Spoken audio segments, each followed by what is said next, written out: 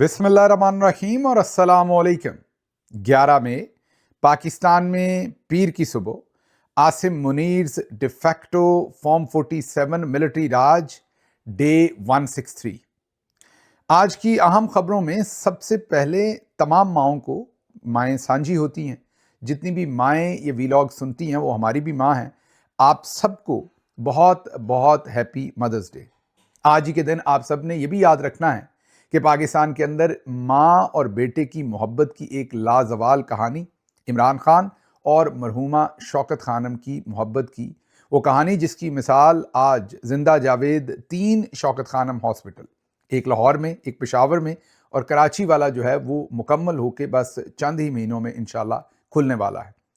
ये एक ऐसी लाजवाल कहानी है जो हर माँ जब देखती है तो ऐसी ही दुआ करती है कि उसको भी अल्लाह इमरान खान जैसा बेटा नसीब करे। आप सबको याद होगा तमाम वो कहानी जो इमरान खान साहब बयान कर चुके कई बार कि उनकी ज़िंदगी में सब कुछ था, वो उस वक्त अपने स्टारडम के, आप ये कहिए कि अरूज पर थे। वर्ल्ड कप और तमाम चीज़ें उनके, अल्लाह ने बाद में किस्मत में वर्ल्ड कप तो ज़ाहिर है लिखा, लेकिन उससे पहले जब वो क्रिकेट खेल रहे थे तो स्टारडम के अरूज पर थे जब उनकी वालिदा मोहतरमा को कैंसर हुआ। और उस प्रोसेस के अंदर उन्होंने अपनी माँ की तकलीफ़ देखी, महसूस की, और दूसरी माओं की तकलीफ़ को जब महसूस किया सरकारी अस्पतालों में और देखा कि किस तरीके से गरीब लोग जो हैं वो अपने पेरेंट्स का, अपने प्यारों का इलाज नहीं करवा पाते, तो वो जो माँ की तकलीफ़ थी उसने उन पर ऐसा असर किया कि उन्होंने फिर अपनी ज़िंदगी का एक बहुत लंबा अरसा पूरी तौर पर शौकत खानम मेमोरियल हॉस्पिटल के लिए वक्फ कर दिया। अपनी जायदाद में से भी जो कुछ भी उनके पास था, तकरीबन उसमें से ज़्यादातर चीज़ें शौकत खानम मेमोरियल हॉस्पिटल के नाम कर दी। सब ने कहा कि वो हॉस्पिटल नहीं बन सकता, लेकिन उन्होंने वो हॉस्पिटल बनाकर दिखाया। मुनासबत से जो उन्होंने अपनी माँ के लिए किया, आप सबको हैप्पी मदर्स डे पर इस स्टोरी को याद भी करना चाहिए, उनकी वालदा के इसाले सवाब के लिए दुआ भी करनी चाहिए, और ये भी दुआ करनी चाहिए कि अल्लाह मियाँ इमरान खान साहब को जल्द जेल से बाहर लाएं और वो दोबारा कौम की खिदमत कर सकें। इसके साथ ही साथ इस मदर्स डे के पर आप अरशद शरीफ शहीद और उनकी वालदा, उनको भी मैं शहीद कहूँगा क्योंकि वो भी बेटे के लिए इंसाफ मांगती हुई, वो भी अदालतों के चक्कर लगाती हुई, वो भी अपने बेटे के कातिल, जो वो वाज़े अल्फाज में जनरल कमर जावेद बाजवा और उस वक्त के DG ISI जो नदीम अंजम, उनको वाज़े तौर पर अपने बेटे के कातिल कहती थी, लिख कर दिया था। उसके साथ भी पूरी एक तफसील है सारे निचले अफसरान की भी, तमाम के नाम उन्होंने लिख कर दिए थे। इन अपने बेटे के कातलों के खिलाफ लड़ते लड़ते वो भी शहीद हो गई। आज माँ और बेटा, हमें पूरा यकीन है कि जन्नत में होंगे, इकट्ठे होंगे, और इस मदर्स डे पर उनको भी ज़रूर याद कीजिए। उनकी मगफरत के लिए भी, उनके लिए भी, उनके इसाले सवाब के लिए भी दुआ ज़रूर कीजिए। इसके साथ साथ जैसे मैंने आपको कहा कि माएँ साझी होती हैं, मुझे देखने वाले, मुझे सुनने वाले जितने भी लोग जिनकी माएँ हयात हैं या वफ़ात पा चुकी हैं, आप सबके लिए मेरी यही गुजारिश है कि अगर वो वफ़ात पा चुकी हैं तो उनके इसाले सवाब के लिए ज़रूर कुछ कीजिए, और अगर हयात हैं तो ज़रूर उनकी खिदमत में हाज़िर होइए। वैसे तो हर दिन ही मदर्स डे होता है, लेकिन आजकल जितनी मसरूफ़ ज़िंदगी है, अगर हर दिन आपको मौका नहीं मिलता तो जो दिन आपको मुयस्सर आता है वो भले मदर्स डे के नाम पर हो या किसी और दिन को बेशक आप मुख्तस कर लीजिए अपने लिए, उस दिन अपनी माँ के लिए एक स्पेशल एफर्ट ज़रूर कीजिए ताकि उन्हें पता चले कि जो आपकी अहमियत उनकी ज़िंदगी में है, आपकी ज़िंदगी में भी उसी तरह उनकी बहुत ज़्यादा अहमियत है। एक बार फिर मुझे सुनने वाली तमाम माओं को, जो कि मेरी भी माएँ हैं, हैप्पी मदर्स डे, और मुझे भी अपनी दुआओं में ज़रूर याद रखिए। अब बढ़ते हैं आगे। अगली खबर एक अफसोसनाक खबर है जो आपके सामने रखनी है। वो है मिलिट्री कोर्ट से 10 साल सज़ा जिनको दी गई पाकिस्तान के मिलिट्री जर्नल्स, खसूसी तौर पर आसिम मुनीर और उनके साथियों ने, बेगुनाह पाकिस्तानी राजा एहसान, उनको 10 साल के लिए झूठी मिलिट्री कोर्ट की सज़ा दी गई। उनके वालिद मोहतरम का इंतकाल हो गया, कल उनका जनाजा था। हमारी तरफ से बहुत दुआ उनकी मगफरत के लिए, बहुत अफसोस पुरसा उनकी फैमिली के साथ। आपसे रिक्वेस्ट करूँगा कि आप भी उनके वालिद मोहतरम की जो इसाले सवाब के लिए दुआ ज़रूर कीजिएगा, और साथ लानत भी भेजिएगा जिन लोगों ने इन झूठे केसेस में इन मासूमों को फंसाया है, और साथ ये भी दुआ कीजिएगा कि अल्लाह उन पर और उनकी औलादों पर कहर नाज़िल करे और आप ये सब कुछ होता हुआ अपनी आंखों के सामने देख सकें। आगे बढ़ते हैं। इसी से रिलेटेड जो बैरिस्टर गौहर खान हैं, चेयरमैन पीटीआई, उन्होंने सेनेटर अयूब अफरीदी साहब के साहबजादे बैरिस्टर सलमान अफरीदी की वलीमा की तकरीब में शिरकत की और सारे ख़ानदान वालों को उन्होंने मुबारकबाद भी दी। जावेद अफरीदी साहब को पेशावर ज़ल्मी की जीत की मुबारकबाद भी दी और सैलाब के वक्त बुनेर के लोगों को एम्प्लॉयमेंट देने पर भी शुक्रिया अदा किया। इस मौके पर सेनेटर मिर्ज़ा अफरीदी भी मौजूद थे। इसमें कोई शक नहीं, शादी गमी ज़िंदगी चलती रहती है और ये चलती रहनी है और हम सारे एक सोशल फैब्रिक के अंदर बुने हुए होते हैं, एक रचे बसे होते हैं एक दूसरे के साथ। तो ये नहीं हो सकता कि किसी भी क्राइसिस की वजह से आप शादियों पर और गमियों पर जाना छोड़ दें। पिछले दिनों भी एक बात हुई थी तो मैंने तब भी वाजे कहा था कि शादी और गमी पर जाना जो है वो नहीं रोका जा सकता। वो भले अपनी पार्टी का कोई शख्स हो या मुखालिफ पार्टी का हो, या अपनी पार्टी के लोग आपके पास आए या मुखालिफ के, इस पर तनकीद थोड़ी गैर ज़रूरी होती है। लेकिन यहां पर सिर्फ ये याद करवाऊंगा कि बैरिस्टर गौहर साहब हादसातन हैं या अपने शौक से हैं या खान साहब ने उन्हें पिक किया है, या खान साहब का फैसला बहुत दुरुस्त है उन्हें पिक करने का, या उनका फैसला बहुत गलत है उन्हें पिक करने का। जो भी आपने समझना है वो आप पे छोड़ता हूं, लेकिन उनकी एक जिम्मेदारी जरूर बनती है कि जिस दिन उनके वर्कर के वालिद का जनाजा था तो अगर वो जाते तो बहुत उम्दा होता। उन्हें ये हादसतन पोजीशन मिल गई, लेकिन मिल गई। इस पोजीशन की वजह से पूरा मुल्क अब उन्हें जानता है। उनकी वकालत को 4 चांद लगे। उनकी वकालत के अंदर उनकी अर्निंग भी बड़ी होगी, उनकी इज्जत और एहतराम भी बढ़ा। पूरे मुल्क के लोग जब टिकट लेना होती है तो बड़े बड़े सियासतदान उनके दरवाजे पर जाते हैं। तो चेयरमैन जो तहरीक इंसाफ का ओहदा है उनके पास, वो उनके लिए एक बहुत बड़ी अचीवमेंट भी है और बहुत बड़ा फायदा भी है उनको ज़ाती हैसियत में, उनका नाम और मकाम बनाने में। इस ओहदे के साथ कुछ जिम्मेदारियां भी हैं, कुछ कीमत भी है। जैसे मैंने आज आपको बताया कि राजा एहसान के वालिद जो है वो वफात पा गए, उनका जनाजा था। या पहली बात तो उन्हें खुद जाना चाहिए था, या फिर वो ये मेक श्योर करते कि उनकी जगह पर कोई सीनियर पर्सनैलिटी वहां पर जाते और जनाजा अदा करते। और ये जो तस्वीर शादी से जारी की जा रही हैं ये वो जारी ना करते बेहतर था। मैं ये नहीं कह रहा शादी पे ना जाते, जाहिर है शादी तो पहले से रखी हुई है, उसको तो कैंसिल नहीं किया जा सकता। मैं शादी पे जाने पर हरगिज किसी किस्म की तनकीद नहीं कर रहा।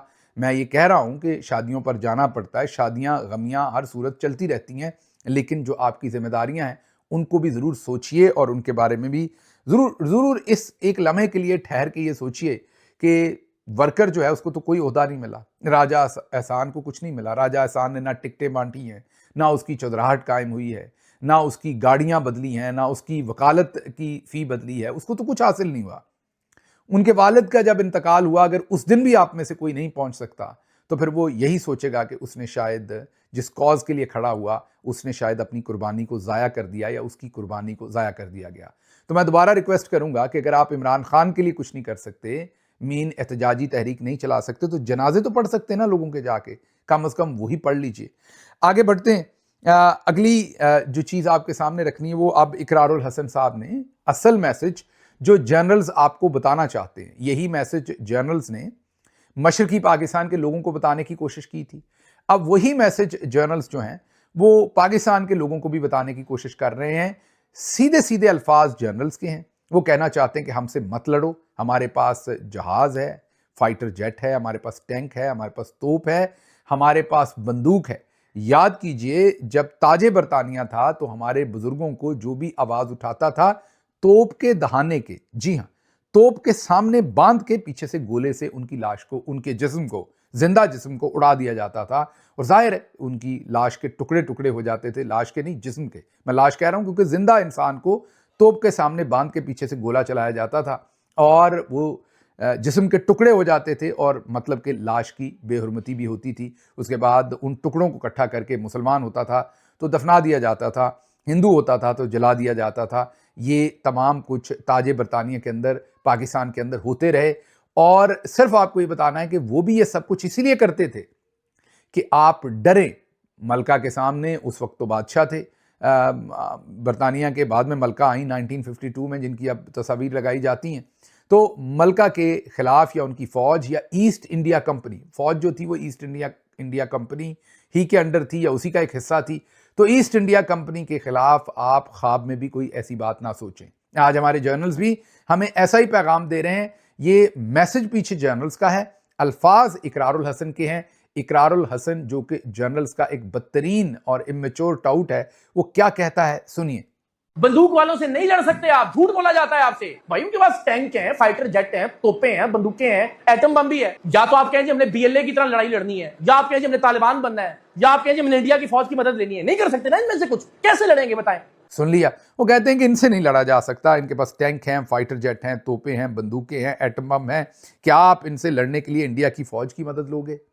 उनको ये नहीं पता कि पूरी दुनिया में जो डेमोक्रेसी के लिए लोग खड़े होते हैं वो तोपों और टैंकों के साथ ही लड़ते हैं। सारी उम्र ये अपने आप को सहाफ़ी कहते रहे, इनको इतना अदराक नहीं है कि सहाफ़ी हमेशा अपने कलम से, हमेशा अपने पेन से, अपने कलम से, अपनी सोच से इन तोपों, टैंकों और फाइटर जेट्स के साथ लड़ता है।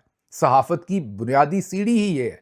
आप सोचिए, जब मैंने आपको एक दिन कहा था कि ये जो पूरा चूजा अंडे से निकाला गया था ना, ये जो इकरारुल हसन गुंडा बन के किसी के भी दफ्तर में घुस जाता था, माइक आगे करता था, दो दो थप्पड़ मारता था, दो दो थप्पड़ ये खाते थे, ये सब कुछ आप गौर कीजिए तो बुनियादी तौर पर ये इनको तब से जो मिलिट्री जर्नल से वो तब से इनको परवान चढ़ा रहे थे।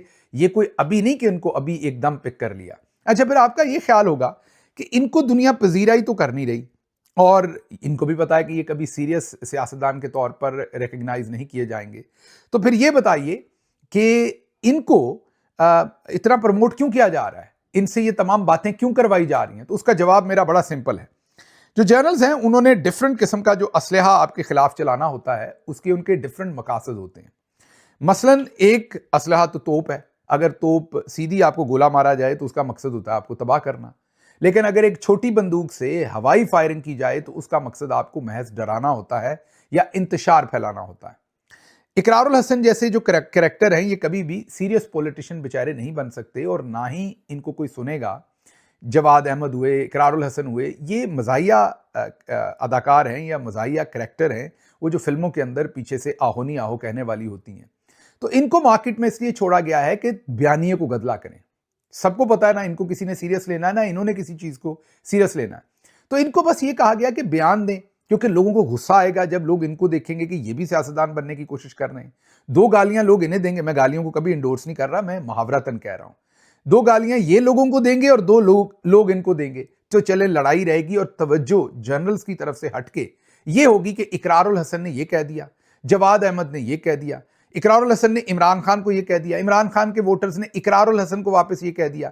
तो समीउल्लाह कलीमुल्लाह, कलीमुल्लाह समीउल्लाह और जर्नल्स जो हैं वो साइड पर बैठकर आराम से तमाशा देखेंगे, जैसे ईस्ट इंडिया कंपनी देखा करती थी जब इंडिया के अंदर मुख्तलिफ धड़ों को लड़वाया जाता था।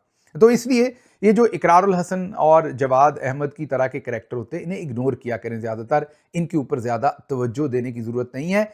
इनको लॉन्च करने वालों का भी मकसद सिर्फ और सिर्फ शोर क्रिएट करना है। उन्हें भी पता है कि इन बेचारों के पल्ले कुछ नहीं है, इन्होंने कुछ नहीं करना, इसीलिए ये आपको डराते हैं। अच्छा, अब अगली बात ये कि यही बात मान लेते हैं इकरारुल हसन की जो उन्होंने कहा कि बंदूक वाले से नहीं लड़ा जा सकता, यही कहा ना आपने, सुना। अब केपी की जो पुलिस है उनके पास तो टैंक, तोपें, फाइटर जेट्स नहीं है। दहशतगर्दों से लड़ने के लिए उन्हें छोड़ा हुआ है। उनकी शहादतें हुई हैं कल 15 के करीब, आप सबको पता है, दहशतगर्दों ने उन पर हमला कर दिया है।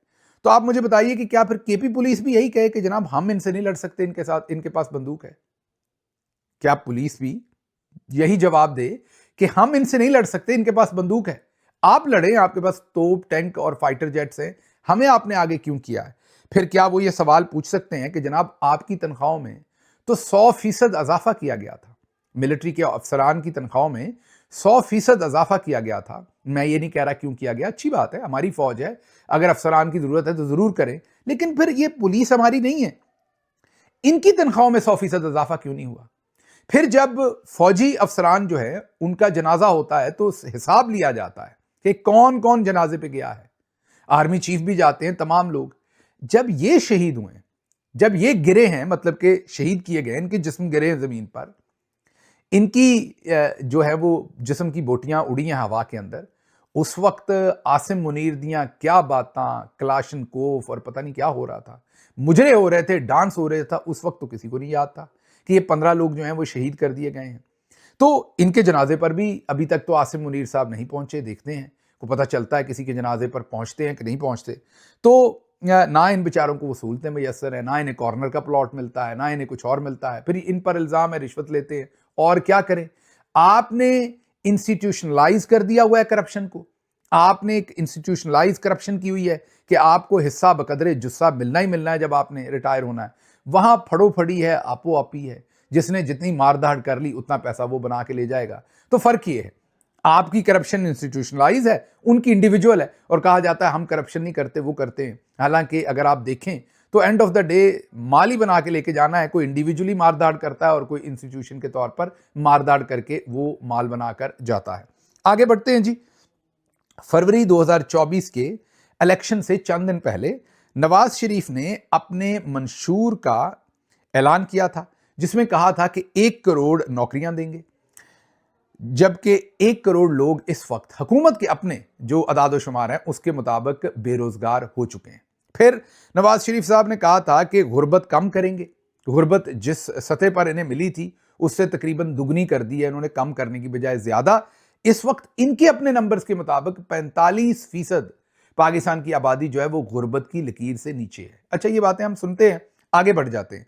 गुर्बत की लकीर से नीचे का मतलब ये होता है कि अगर आप एक वक्त का खाना खाएं और अगले वक्त के खाने का आपको पता ना हो कि वो कहां से आना है, उसको कहते हैं गुर्बत की लकीर से नीचे होना। आगे बढ़ते हैं। बिजली 20 से 30% सस्ती करेंगे और साथ कहा था कि 300 यूनिट तक बिजली फ्री देंगे। आपको यकीन नहीं आ रहा तो सुन लीजिए, ये मरियम नवाज ने भी कहा, ये हमजा शहबाज ने भी कहा, ये बिलावल जरदारी ने भी कहा, ये बिलावल जरदारी की बहन ने भी कहा, ये शहबाज शरीफ ने भी गालबन कहा था। ये सुनिए किस किस ने क्या क्या कहा। ये बिलावल भुट्टो का वादा है कि 300 यूनिट बिजली मुफ्त सोलर के थ्रू होगा इंशाल्लाह ताला। अगर आप चाहते हैं कि आपको 300 यूनिट मुफ्त बिजली मिले तो फिर पाकिस्तान पीपल्स पार्टी को कामयाब करें। 300 यूनिट तक का बिल आता है बिजली का, उसका सारे का सारा खर्चा हुकूमत उठाएगी। 1 रुपया भी नहीं देगा गरीब आदमी। चीचावतनी वालों, 17 जुलाई तक अगर इन्होंने रोक भी दी है तो जैसे ही 17 जुलाई का इलेक्शन होगा अगले दिन से इंशाअल्लाह पाकिस्तान पंजाब के अवाम को फ्री बिजली मिलेगी। सुन लिया आपने। अब यह वादा भी था कि बिजली कम देंगे, लेकिन अब इन्होंने फैसला यह किया है कि जो पहले 200 यूनिट के ऊपर लोगों को कम रेट पड़ता था ना, अब वो सब्सिडी भी हटा दिया, पूरा रेट आपको लगाएंगे। 1 यूनिट खर्च करते हैं तो 2000 से 3000 रुपए का बिल आता है 1 यूनिट खर्च करने पर, अगर किसी के बिजली का 1 यूनिट भी खर्च हुआ होता है, क्योंकि मीटर का किराया और दूसरी चीजें इतनी ज्यादा डाली हुई हैं। तो जो जो मंशूर में वादे किए थे, एनर्जी और सस्ती करेंगे, गैस की कीमतों में 1300% इजाफा कर दिया। ये सारे नंबर सनाउल्लाह खान, बहुत ही मोतबर जर्नलिस्ट हैं, उनके ये दिए हुए नंबर हैं जो मैं आपके सामने रख रहा हूं। किसानों को बिला सूद कर्जे देंगे, जबकि कर्जे 18 से 20% से कम सूद पर नहीं मिल रहे, और जो कोई मिल भी रहे हैं वो अब ज़राई तरक्याती बैंक को भी ये बेचने जा रहे हैं ताकि किसानों को जो मिल रहा है वो भी आगे ना मिले। अच्छा जी, अगली ज़रा खबर आपके सामने रख दें, वो भी इंटरेस्टिंग खबर है, और वो ये है कि नवाज शरीफ को नजम सेठी कहते हैं कि थोड़ी बहुत शर्मिंदगी हो रही है कि ये सब कुछ कितना गंदा हो रहा है। बाकी किसी को वो कहते हैं शरीफ खानदान में कोई फिक्र नहीं है। ये जो पिछला हमने आपके सामने अहवाल रखा है उस पर नजम सेठी का तज्जिया ये है कि नवाज शरीफ को थोड़ी बहुत शर्मिंदगी हो रही है कि हमने क्या कर डाला है, लेकिन बाकी किसी को कोई लेना देना नहीं है, और वो कह रहे हैं कि बिल्कुल मामलात जो हैं वो दबा कर रखेंगे, ऐसे ही चलने चाहिए। ये बात आपको बता दें कि आपके सामने हमने इनके तो नंबर्स रख दिए, अभी हमने आपके सामने ये तो रख दिया कि ये सारे कह रहे थे कि हम 200 यूनिट जो हैं या 300 यूनिट जो हैं सॉरी वो बिजली फ्री देंगे। वो तो ये नहीं दे सके, बल्कि जो 200 यूनिट के ऊपर सब्सिडी थी वो भी इन्होंने छीन ली। लेकिन जो मशरकी पंजाब है, मतलब इंडियन पंजाब है, जो इंडिया के अंदर मौजूद पंजाब है, उसके जो चीफ मिनिस्टर हैं उन्होंने ऐलान कर रखा है कि मशरकी पंजाब में रहने वाले हर घर को पहले 300 यूनिट जो बिजली के हैं वो फ्री हैं, और साथ साथ उन्होंने ट्यूबवेल के ऊपर भी 50% डिस्काउंट दिया हुआ है बिजली को। लेकिन साथ उन्होंने बदले में पता क्या मांगा है जिम्मेदार से? उन्होंने कहा है कि आपको 50% डिस्काउंट पर बिजली दे रहे हैं, लेकिन आपने हर ट्यूबवेल के इर्द गिर्द 4 दरख्त लगाने हैं। ये जाहिर एक विजनरी फैसला है। वहां पर आम आदमी पार्टी की गवर्नमेंट है इंडिया के अंदर।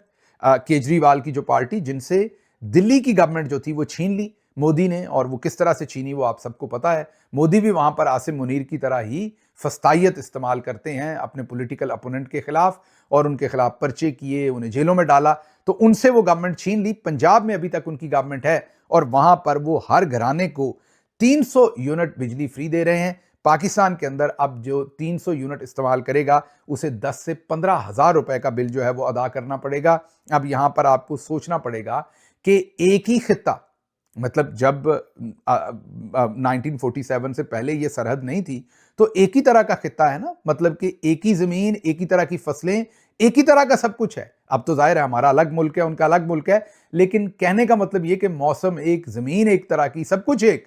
तो फिर बदला क्या?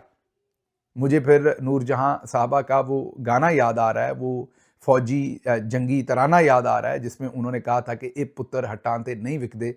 छोटा सा जरा उसका टुकड़ा सुन ले। ए पुत्र हटाते नहीं विकदे, ए पुत्र हटाते नहीं विकदे, की लबनी विच बाजार कुड़े। सुन लिया आपने? मुझे लगता है बस यही फिक्र है कि फर्क है कि हमारे यहाँ हट्टा पर नहीं बिकते, वहां पर शायद बिकते हैं, इसलिए 300 यूनिट जो है वो उनको फ्री मिले हुए हैं और हमें 10 से 15 हज़ार। और ये पुत्र, मैं सिर्फ कोई फौजी जर्नल्स की बात नहीं कर रहा, ये मैं सियासतदानों की भी बात कर रहा हूँ कि ये जो बिजली के बड़े बड़े मंसूबे लगाए हुए हैं, जिनके अंदर बहुत ज़्यादा करप्शन की गई और पैसा खाया गया, किकबैक्स ली गई, जिसकी वजह से पाकिस्तान में आज बिजली इतनी महंगी है, ये कोई ना कोई पुत्र तो बिके ही है ना। और वो जाहिर है कोई एक पुत्र बेच के तो ये काम नहीं कर सकता। जिन पुत्रों ने इनको एनआरओ दिया, जिन पुत्रों ने वापस इनको लाकर मुसल्लत किया, और जिन पुत्रों ने वो तमाम किकबैक्स लिए, तो वो मलका तरन्नम नूरजहां साहबा के वो वाले पुत्र, मैं उनके हकीकी पुत्र की बात नहीं कर रहा, मीन उनके गाने के वो जो पुत्र हैं, वो भले फौजी जर्नल्स हो, भले सिविलियन लीडरशिप हो, वो बिके हैं। तो ये सारा कुछ अवाम के साथ हुआ है, उनके बिके बगैर ये अवाम का इस्तेसाल नहीं हो सकता था। अब आगे बढ़ते हैं। अगली खबर जो आपके सामने रखनी है वो ग्रीन इनिशिएटिव जो है उसके बारे में आपके सामने रखते हैं। एक किसान की वीडियो देख लीजिए। ये टमाटर का काश्तकार है, सैकड़ों किलो टमाटर को नहर में फेंक रहे हैं। ये अब वजह यह है कि किसानों की जो फसल है वो, अगर पिछले दिनों हमने एक पूरा अहवाल आपके सामने रखा था, एक आलू का काश्तकार था जो आलू लेकर गया था मंडी में, और जब उसने आलू उतारे थे, मेरा ख्याल अगर मैं गलत नहीं तो 400 कुछ बोरियां आलू की थी, 450 बोरियां थी शायद, हाँ जी 450 बोरियां आलू की थी। उसके ऊपर उसको कोई 1.25 लाख रुपया शायद लेके जाने का पड़ा था मंडी तक, उस किराया उसका ट्रॉली वगैरह का। वो जो 450 बोरियां थी आलू की, छोटे थैले जिन्हें कहते हैं, तोड़े कहते हैं, उसमें से उस किसान को, आड़त वाले को 7,000 रुपए दिए थे, फिर उसे आलूओं के पैसे मिले, कर करा के सारे अखराजात निकाल के किसान को 8,000 रुपया उसमें नुकसान उठाना पड़ा था, घाटा पड़ा था, मतलब कि उसने अपनी जेब से 8,000 डाले थे। तो अब आप भी सोच रहे होंगे कि ये नहर में क्यों फेंक रहे हैं। ये नहर में इसलिए फेंक रहे हैं कि अगर किसान इसको मंडी तक ले जाकर बेचने की कोशिश करे तो उसको, उसकी जो ट्रांसपोर्टेशन है उस पर इतना पैसा पड़ जाता है कि अक्सर उसे अपनी जेब से पैसे अदा करने पड़ते हैं, मतलब कि नुकसान हो जाता है। इसलिए आज किसान को ग्रीन इनिशिएटिव याद कीजिए, तस्वीर भी याद कीजिए, जिसमें साउथ पंजाब की तरफ कहीं फील्ड मार्शल साहब और मरियम साहबा गई थी, और हरा, बिल्कुल गहरे हरे रंग का, क्योंकि ग्रीन इनिशिएटिव था तो बाजी ग्रीन इनिशिएटिव ही बनी हुई थी। बाजी पूरी की पूरी जो है वो भिंडी तोरी बनी हुई थी, मैं कोई तहकीर के तरीके से नहीं कह रहा, मतलब बिल्कुल, या हरी मिर्च बनी हुई थी बाजी पूरी की पूरी। और पीछे मरियम औरंगजेब साहबा भी खड़ी थी, वो सुर्ख लिबास पहनकर, सूखी हुई मीन जो थोड़ी खुश्क हो जाती हरी मिर्च, वो बनी हुई थी, मीन वो लाल वाली बनी हुई थी मिर्च। तो दोनों ने खड़े होके वो, और साथ फील्ड मार्शल साहब खड़े थे। और ये जो आप अक्सर कहते हैं ना कि बाजी हंसती बहुत है, मैंने पिछले व्लॉग में भी बताया कि उनके ऊपर आप तनकीद ना किया कीजिए, उनका कसूर नहीं है। उनका मुंह अब हंसी के ऊपर फ्रीज कर दिया है जिसने भी किया है, मुझे नहीं पता किसने किया है। अब वो सोते हुए भी मुस्कुरा रही होती हैं, जागते हुए भी मुस्कुरा रही होती हैं, गुस्से में भी मुस्कुरा रही होती हैं, मुस्कुराते हुए भी मुस्कुरा रही होती हैं। तो उनके अब ये इख्तियार में नहीं है कि कब मुस्कुराना है और कब नहीं मुस्कुराना। हाँ, उन्होंने बड़ी कोशिश करके उन्हें जान मारनी पड़ती है चेहरे से मुस्कुराहट गायब करने की। जब वो अपने चेहरे को अपनी तरफ से रिलैक्स छोड़ती हैं तो वो मुस्कुरा ही रहा होता है। तो वहाँ भी मुस्कुराने की तस्वीरें थी। तो ये उस ग्रीन इनिशिएटिव की मेहरबानियाँ हैं जो किसानों को आज अपनी सब्जियाँ जो है वो नहरों में फेंकनी पड़ रही हैं और कोई उनको खरीदने को तैयार नहीं है।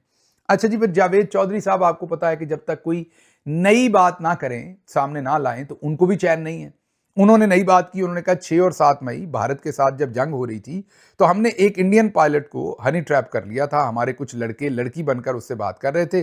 भारतीय पायलट ने कहा कि बस 1-2 दिन की जंग है, खत्म हो लेने दो, फिर मैं तुम्हारे पास आ रहा हूं।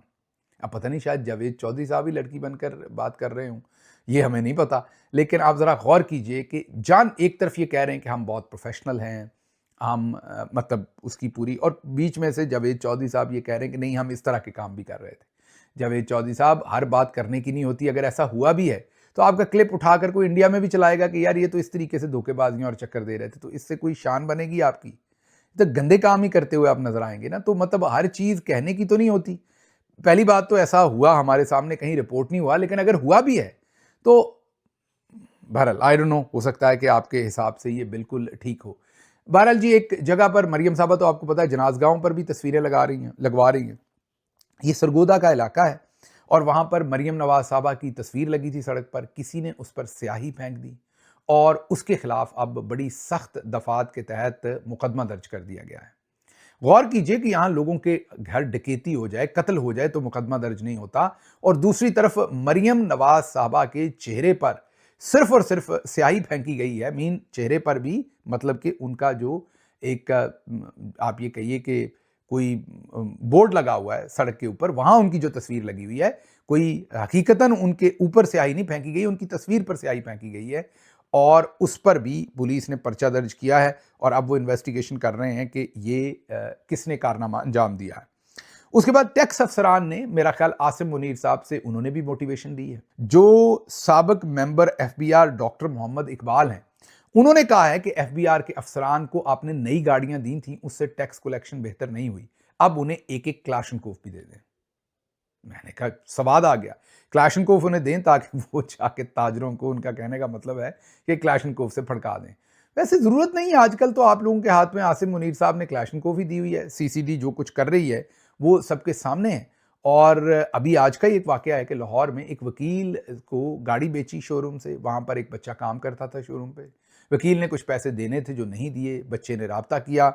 जब राब्ता किया बच्चे ने वापस उनसे, तो वकील के साथ उनकी थोड़ी बहुत कोई मुठभेड़ हो गई, लड़ाई हो गई।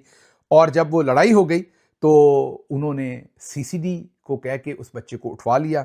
सीसीडी वाले उस बच्चे को लेकर गए, उसकी टांग के नीचे पत्थर रखा और ऊपर से हथौड़े से उसकी टांग के ऊपर ज़रब लगाई। तो एक तरफ पत्थर था, दूसरी तरफ हथौड़ा था, टांग दरमियान में आके जाहिर है चकनाचूर हो गई हड्डी। अब वो बच्चा टांग से माजूर हो गया है और उसके घर वाले इंसाफ मांगते फिर रहे हैं। ये वकील साहब ने और सीसीडी ने मिलकर किया है। ये सहाफ़ी ज़फ़र नकवी जो है वो हल्फन कह रहे हैं कि मैं हल्फ उठाकर इस सारी जो स्टोरी है इसका मैं चशमदीद गवाह हूं, और वो रिपोर्ट कर रहे हैं कि इस तरीके से हलाकू खान भी नहीं करता था जिस तरीके से यहां पर ये सब कुछ हो रहा है। इमरान भट्टी जर्नलिस्ट हैं, वो कहते हैं कसूर में उनके गांव के करीब 3 एक डाकू आए, उनके जानने वालों के घर के अंदर डाकू आए इकट्ठे होकर, और उन्होंने कहा कि सीसीडी ने उनके 3 भाई मार दिए हैं।